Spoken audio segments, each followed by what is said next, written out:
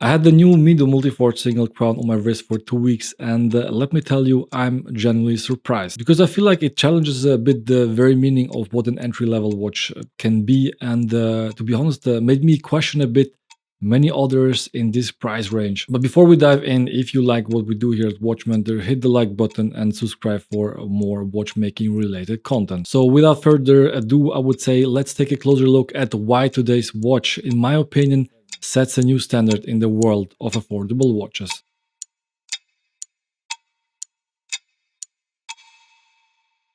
Hello and welcome back to Watchmaker. Nick here with today's episode, which is a bit less technical than usual, but still exciting because I have the new Mido Multifort Single Crown with me, which is, by the way, part of Mido's oldest collection. And no, I will spare you the specs that anyone can read for themselves. Instead, I would like to talk about the details you need to uncover and experience, details that many might miss, but that are essential to understand why this watch is a standout piece. I mean, let me be honest, because priced at around $800, I also expected a watch that would inevitably have some shortcuts, as this is often the case in this price range.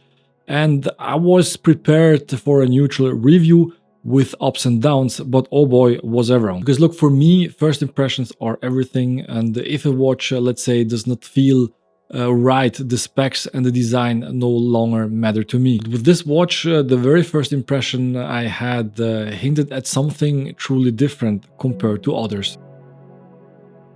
The very first thing I noticed, and that challenged my expectation regarding affordable watches, was not only the design, but just by holding the watch, I felt a difference in quality. And I know this might sound stupid, but look, when you have been around watches for so long and have held thousands of watches in your hand, you just subconsciously feel the difference, but don't know yet what the difference is. But after a closer look, I noticed what really sets this apart from other entry-level watches, which is how well it is made. And I think this matters even more when the design of a watch is edgy, because watches with geometric patterns in the case or bracelet, especially many within the lower price range, tend to often have sharp edges, but here that was not the case at all. Even up close you can hardly spot any flaws, which is worth noting because I have handled watches under the camera lens that revealed far too many flaws. And you know, the thing is, the watch is not just well made, the way things work, such as the setting, the time and handling the crown, just feels right too. Now the reason why I'm saying this is because sometimes with other watches at this price point,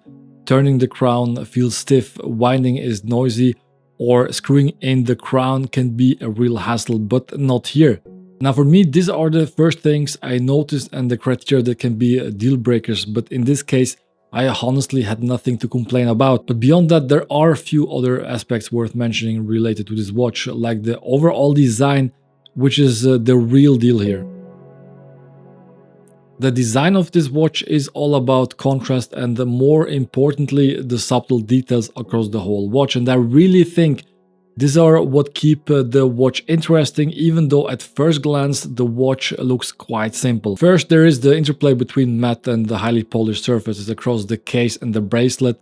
So depending on how I move the watch, this creates beautiful shadows and gives a sense of motion. What I like most though are the little details throughout the watch. For example, take the striped dial, which is not just printed, it has real depth, so depending on how you hold the watch and move your wrist, the color shifts ever so subtly. This sense of depth is enhanced by lowering the dial slightly below the minute ring, which together adds a different layer to the watch. We also have the three faceted hands, which are diamond cut, which is worth mentioning because diamond cut edges usually are much cleaner. And there's the matte finishing across the case and the bracelet, which is not typical flat matte, but one with subtle stripes, which aligns beautifully with the dial layout. And look, I'm not sure if this was intentional, but either way, it works, and I personally really like it. What I also noticed while shooting is that the middle part of the bracelet link is not flat or rounded,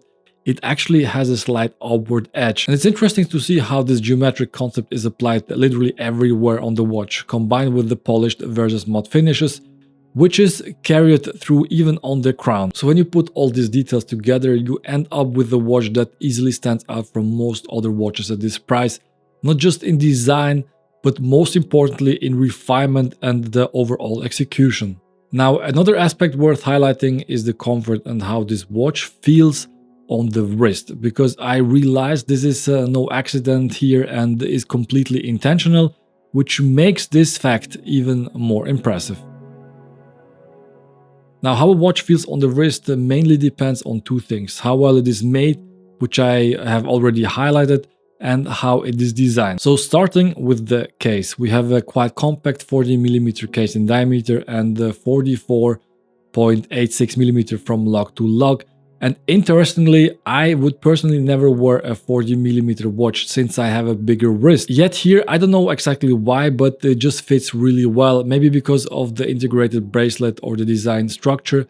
And I'm not sure, but I think this is another reminder that you can always rely on specs alone. Another thing that really struck me about the case is its height of just 9.9mm. And what's even more impressive is that at this height and with an open case back, the case is still water resistant up to 100 meters, which is another worth mentioning achievement of this watch. Now, the case is one thing, but what is also important in terms of comfort is the bracelet. And here again, there are some impressive things I could spot, because what I usually like to do in order to test a bracelet is take the bracelet and move it a bit sideways and check if there's any play, which shows if the tolerances are tight or not. And I'm saying this because often with watches at this price point, you immediately notice that the tolerances are loose.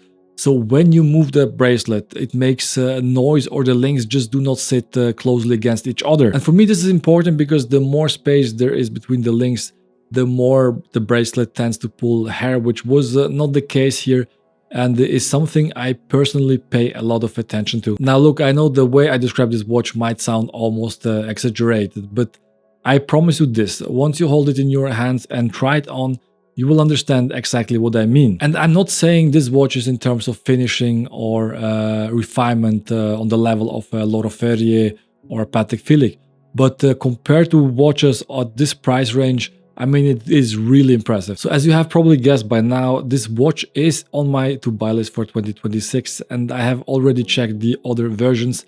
And for now, there are 4 variants available. All of them are powered by the same movement, which is the Calibre 80 from ETA, offering 80 hours power reserve. First, we have the steel version in black with rubber priced at 810, or the full steel version in blue or black priced at 840. And lastly, the two-tone version priced at 860. But I'm quite confident this piece will be successful and later be expanded into additional variations. But for me, the black version on the metal bracelet is the clear choice, and I have already tried it on and it actually confirmed my decision. So who would I recommend this watch to, and what should you keep in mind before buying this? So with that said, here's my verdict and takeaway from today's review. First of all, considering all I experienced with this watch really sums up what I said in one of my latest videos, where I explained that thanks to the evolution of entry-level and premium brands, today you have access to things that were decades ago reserved for the big players and luxury watches. And honestly, I'm genuinely shocked by what you can get for $840. And that is coming from someone who has studied watchmaking, who has been around all kinds of watches every single day for years, and who tends to be quite critical and picky. So for me personally, this watch was a real discovery, well above my expectations. And to be honest, I can't really recall many watches that can compete with this one at this price point. But to give you some perspective in terms of quality and execution, it is easy on the level of some $2,000 Longines models, and honestly, it outperforms most watches from different brands in the sub $1,000 range. So I really think this watch goes out to all the watch lovers who are looking for an affordable watch that not only looks luxurious but feels like one because of how well it is made. For those who are looking for a robust and timeless all-rounder, a sporty but yet elegant watch, and who appreciates the finer details that need to be discovered, as I experienced with this watch on my own. So it's time to wrap things up here, but I'm very curious, have you had the chance to try this watch? And if so, what was your first impression or experience? In the meantime, if you haven't already, hit the like button and subscribe for more watchmaking related content. But for now, thank you for tuning in today, and as always, Stay blessed and see you next time.